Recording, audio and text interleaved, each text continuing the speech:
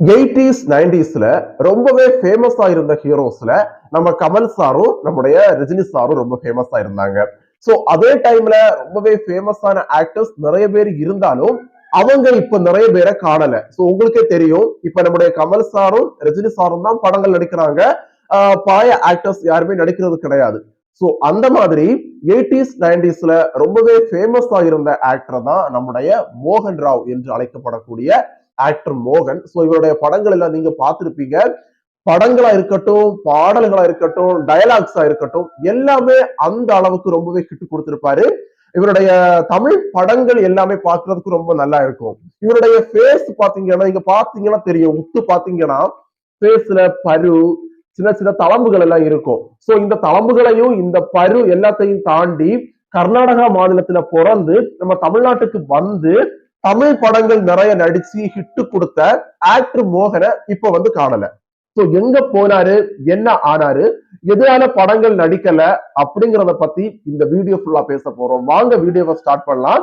அதெல்லாம் ஆரம்பிக்கிறதுக்கு முன்னாடி நீங்க இப்பதான் முதல் தடவை நம்ம சேனலை பாக்குறீங்கன்னா கண்டிப்பா சப்ஸ்கிரைப் பண்ணுங்க, பெல் ஐக்கானை கிளிக் பண்ணுங்க. ஏன்னா நம்ம டெய்லி வீடியோஸ் போடுறோம், உங்களுக்கு கண்டிப்பா நோட்டிபிகேஷன் தேவைப்படும். பெல் ஐக்கானை கிளிக் பண்ணி ஆல் நோட்டிபிகேஷனை செட் பண்ணி வைங்க.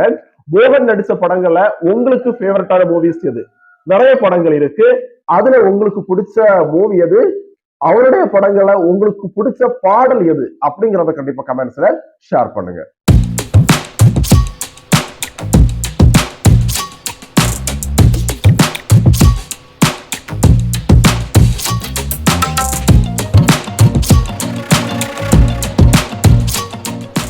வெள்ளி விழா நாயகன் அப்படின்னு அழைக்கப்படக்கூடிய ஒரு ஆக்டர் நிறைய படங்கள் கொடுத்திருக்காரு. வெள்ளி விழான்னு சொல்லும் போது ஒரு படம் 500 நாளை தாண்டி ஓடுதுன்னா அது வந்து சில்வர் ஜூப்ளி, வெள்ளி விழா காணும் படம் அப்படின்னு சொல்லுவோம். சோ பழைய படங்கள் எல்லாம் பாத்தீங்கன்னா 1 இயர் வரைக்கும் ஓடி இருக்கு. நிறைய படங்கள் 1 வருஷத்தை தாண்டியே ஓடி இருக்கு. ஆனா இப்ப உள்ள படங்கள் பாத்தீங்கன்னா 100 நாள் ஓடுறதே வந்து ரொம்ப கஷ்டம்.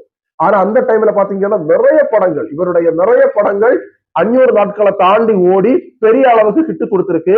சோ அந்த மாதிரி நல்ல ஒயிட்டா பார்க்க எல்லாருக்கும் பிடிக்கிறது, இவரை பார்த்தா எல்லாருக்கும் பிடிக்கும். நிறைய பொண்ணுங்களுக்கு இவரை வந்து பிடிக்கும். அந்த மாதிரி கட்டுனா இந்த மாதிரி ஒரு பையனை தான் கட்டணும், அந்த மாதிரி இருந்த நம்முடைய ஆக்டர் மோகன் வந்து கர்நாடகா மாநிலத்துல தான் பிறக்கிறாரு.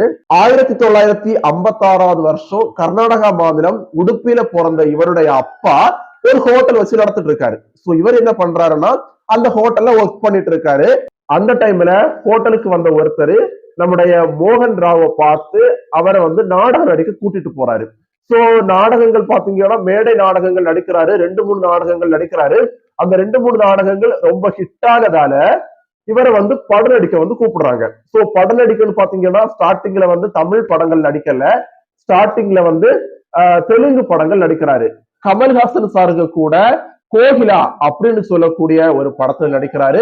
இதுல ஆக்ட்ரஸா வந்து நம்ம சோபனா மேம் நடிக்கிறாங்க, பாலு மகேந்திரா வந்து டைரக்ஷன் பண்றாரு. சோ இந்த படம் பாத்தீங்கன்னா தெலுங்குல ரொம்பவே ஹிட் ஆகுது.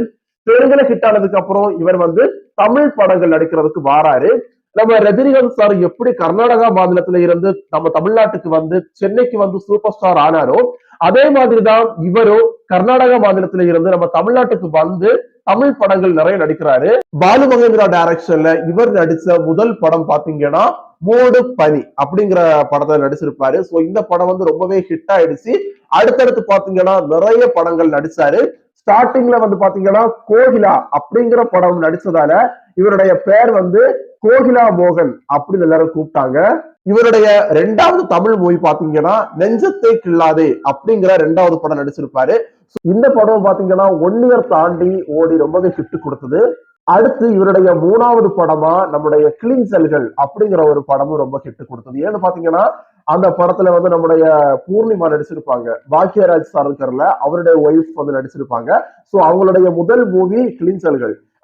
ஒரு பாட்டு கூட வருமே, Julie I love you, Julie I love you, இந்த பாட்டு இப்ப கூட ரொம்ப ஹிட் தான். சோ இந்த சாங் இந்த கிளிஞ்சல்கள் மூவில உள்ளது. இந்த கிளிஞ்சல்கள் மூவியும் ரொம்ப ஹிட் கொடுத்தது.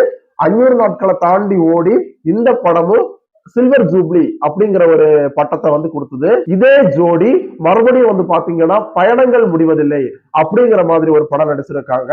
அந்த படமும் ரொம்ப ஹிட் கொடுத்து இந்த படமும் 500 நாட்களை தாண்டி ஓடிச்சு.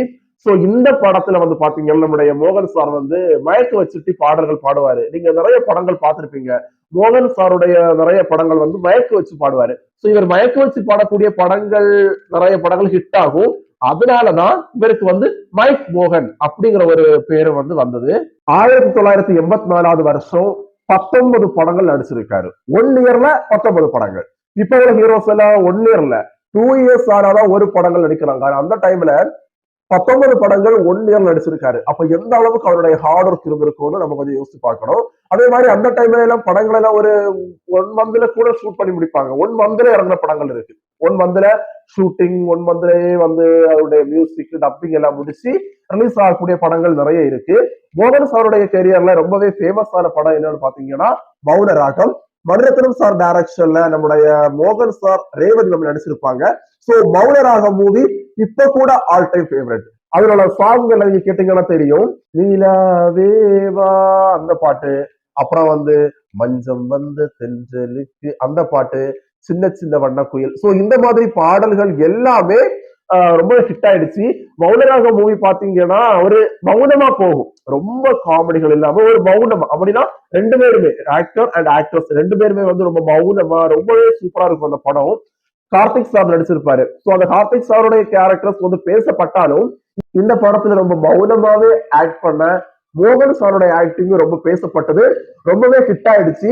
சோ இந்த படம் ஹிட் ஆனதுக்கு அப்புறம் வந்து நம்முடைய மணிரத்னம் சார் என்ன பண்றாருன்னா இதே பேர இதே ஜோடியை நம்ம திரும்பவும் ஒரு படம் நடிக்க வைக்கணும் அப்படின்னு சொல்லிட்டு அஞ்சலிங்கிற ஒரு மூவியை வந்து டைரக்ட் பண்றாரு. சோ அந்த அஞ்சலி மூவில மோகன் சாரால் நடிக்க முடியல.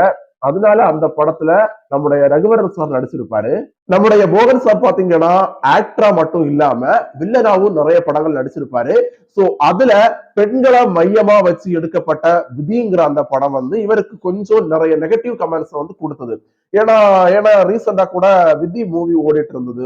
விதி விதி படம் ஓடிட்டு இருந்தது. அந்த டைம்ல அவர் வந்து நிறைய பொண்ணுங்களை வந்து காதலிச்சு ஏமாத்துவார் அந்த படத்துல. அதே மாதிரிதான் அந்த ஹீரோயினையும் வந்து காதலிச்சு ஏமாத்துற மாதிரி சீன் வரும்.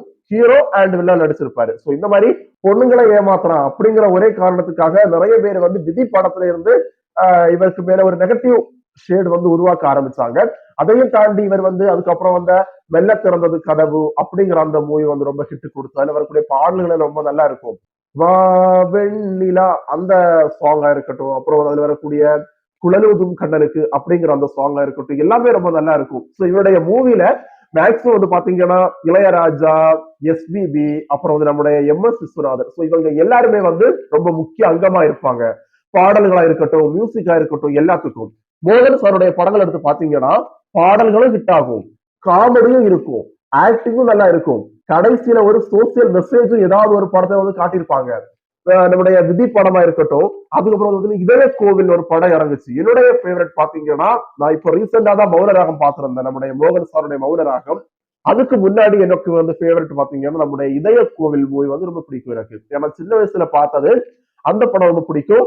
இப்போ ரீசெண்டா பாத்தீங்கன்னா எனக்கு வந்து மௌனராகம் மூவி வந்து ரொம்ப பிடிக்கும். அதுல அவருடைய ஆக்டிங்கா இருக்கட்டும், நம்முடைய ரேவதி மேமோட ஆக்டிங்கும் ரொம்ப நல்லா இருக்கும்.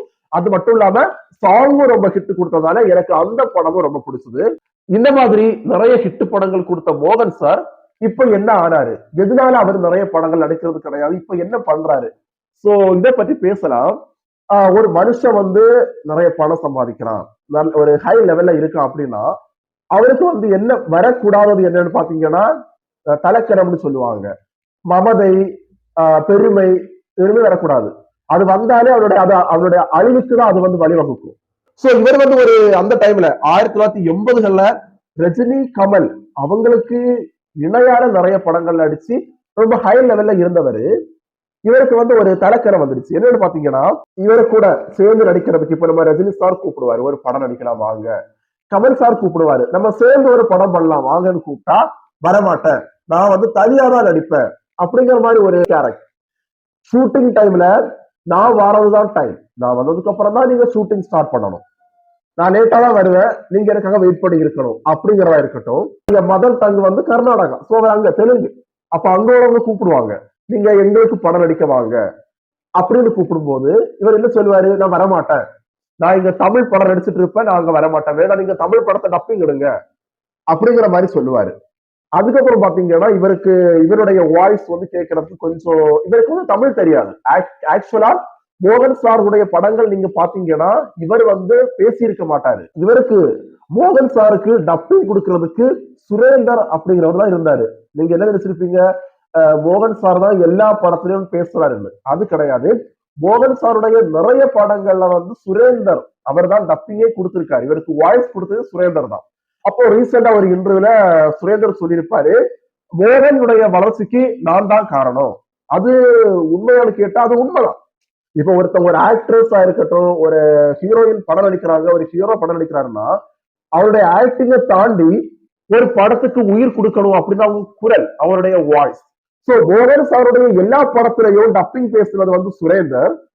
அவர் ஒரு இன்டர்வியூல என்ன சொல்றாருன்னா, நான் வந்து மோகனுக்கு வாய்ஸ் கொடுத்ததாலதான் அவர் இன்னைக்கு இந்த அளவுக்கு ஹிட் ஆறாரு அப்படின்னு அவர் சொல்றாரு. இதை கேட்ட உடனே மோகன் என்ன சொல்றாருன்னா, ஓஹோ அப்ப நீ எனக்கு வாய்ஸ் கொடுத்துதான் நான் இன்னைக்கு ஹிட் ஆறேன்னு நீ சொல்ற, எனக்கு இது நீ வாய்ஸ் கொடுக்க வேண்டாம் அப்படிங்கிற ஒரு திமிர்ல என்ன பண்றாருன்னா, அவர் வந்து அவருடைய சொந்த வாய்ஸ்ல பாசப்பறவைகள் அப்படிங்கிற ஒரு படத்துல வந்து அவருடைய சொந்த குரலை கொடுத்து பேசுறாரு. அந்த படம் வந்து என்ன ஆகுதுன்னா ஃபிளாப் ஆகுது. அடுத்து இவருடைய சொந்த இயக்கத்துல சொந்தமா அவரே ஒரு படம் தயாரிக்கிறேன் அப்படின்னு சொல்லிட்டு அன்புள்ள காதலன் அப்படிங்கிற ஒரு படத்தை வந்து எடுக்கிறாரு. சோ அந்த படமும் ஃபிளாப். சோ இதுல வந்து பாத்தீங்கன்னா இவருடைய படம் ஃபிளாப் ஆக என்ன காரணம்னா இவருடைய வாய்ஸ் வந்து சரியில்லை. இவர் வந்து ஏதாவது மேடையில பேசினா கூட எல்லாருமே ஸ்டாப் பண்ணுவாங்க. ஏன்னா இவர் பேசுறது யாருக்கும் பிடிக்காது. இவருடைய வாய்ஸ் நல்லா இருக்காது, பேசுறது நல்லா இருக்காது. சோ அதனால எல்லாருமே வந்து ஸ்டாப் பண்ணுவாங்க. இதனால இவர் என்ன பண்றாருன்னா, என்ன எல்லாருமே வெறுத்து ஒதுக்குறாங்க, என்ன எல்லாரும் தனி ஆக்குறாங்க, ஆக்ட்ரஸா இருக்கட்டும், ஆக்டரா இருக்கட்டும், என்ன நிறைய பேரு வெறுத்து ஒதுக்குறாங்க அப்படின்னு சொல்லிட்டு என்ன பண்றாருன்னா தனியா வந்து மாறிடுறாரு. இவர் கடைசியா வந்து 1990 ஒரு படம் நடிக்கிறாரு. சோ அந்த படம் வந்து ஃபிளாப் ஆகுது. கடைசியில வந்து பாத்தீங்கன்னா மேரேஜ் பண்றாரு, அவருக்கு ஒரு குழந்தை இருக்குது. கடைசியில வந்து என்ன ஆகுதுன்னா இவருக்கு நிறைய கேன்சர் இருக்குது, இவருக்கு வந்து ப்ரெஷர் இருக்குது, இவருக்கு வந்து சுகர் இருக்குது. சோ அப்படி இவருக்கு நிறைய நோய்கள் இருக்கு அப்படின்னு வந்து பேசப்பட்டது. இறந்து போயிட்டாரு அப்படி கூட நிறைய பேரு சொன்னாங்க. நான் கூட என்னுடைய சின்ன வயசுல இவருடைய படம் பார்த்திருக்கேன், நிறைய படங்கள் பார்த்திருக்கேன். இவருடைய பாடல்களை கேட்கும் போது மோகன் இப்ப உயிரோட இருக்காரா அப்படிங்கிற டவுட் எனக்கு வந்தது. இருந்தாரா இல்ல இறந்து போயிட்டாரா அப்படிங்கிற மாதிரி கூட வந்தது. ஆனா அவர் இப்ப உயிரோட தான் இருக்காரு. ரீசெண்டா கூட ஹரா அப்படிங்கிற ஒரு மூவி வந்து நடிச்சிருந்தாரு. சோ இந்த மோகன் சாருடைய இந்த லைஃப் ஸ்டோரி எடுத்து பார்க்கும்போது என்னன்னா, அவருடைய கேரக்டர் வைஸ் அவர் வந்து கரெக்ட். கர்நாடகா டைரக்டர்ஸ் கேட்கும் போது அவங்க சொல்லுவாங்க இவர் வந்து நல்லவர் கிடையாது, இவர் வந்து ஒரு திமிர் பிடிச்சவர் அப்படின்னு சொல்லுவாங்க. தமிழ் டைரக்டர்கிட்ட கேட்கும் போது இவங்க சொல்லுவாங்க அவர் நல்ல மனுஷன் அப்படின்னு சொல்லுவாங்க. ஆனா இவர் நல்ல மனுஷன் தான். இவருடைய கேரக்டர் வந்து அந்த மாதிரி. அவர் இப்போ நிறைய பேருக்கு ஹெல்ப் பண்ணிருக்காரு. சென்னையில வந்து தண்ணி வந்துல அந்த டைம்ல நிறைய ஹெல்ப் பண்ணிருக்காரு. அதாவது பப்ளிசிட்டி இல்லாம இவர் தான் பண்றாருன்னு யாருக்கும் தெரியாது. ஆனா நிறைய ஹெல்ப் பண்ணிருக்காரு. ஆனா இவருடைய கேரக்டர்ஸ் பார்க்கும்போது நிறைய இடங்கள்ல வந்து வெறுத்து ஒதுக்கப்பட காரணம் என்னன்னா இவருடைய பேச்சுகள். இவரோட பேசினால நிறைய பேருக்கு இவரை வந்து பிடிக்கல. சோ உங்களுக்கு மோகன் சாரை எந்த அளவுக்கு பிடிக்கும் அப்படின்னு சொல்லிட்டு கண்டிப்பா கமெண்ட்ஸ்ல ஷேர் பண்ணுங்க. உங்களுக்கு மோகன் சாருடைய படங்கள்லாம் எது ரொம்ப பிடிக்கும், எந்த படங்கள் ரொம்ப விரும்பி பார்த்தீங்க அப்படிங்கிறது கண்டிப்பா கமெண்ட்ஸ்ல ஷேர் பண்ணுங்க. இந்த வீடியோவோட நான் கிளம்புறேன். உங்களை நாளைக்கு மறுபடியும் சந்திக்கிறேன். பாய்.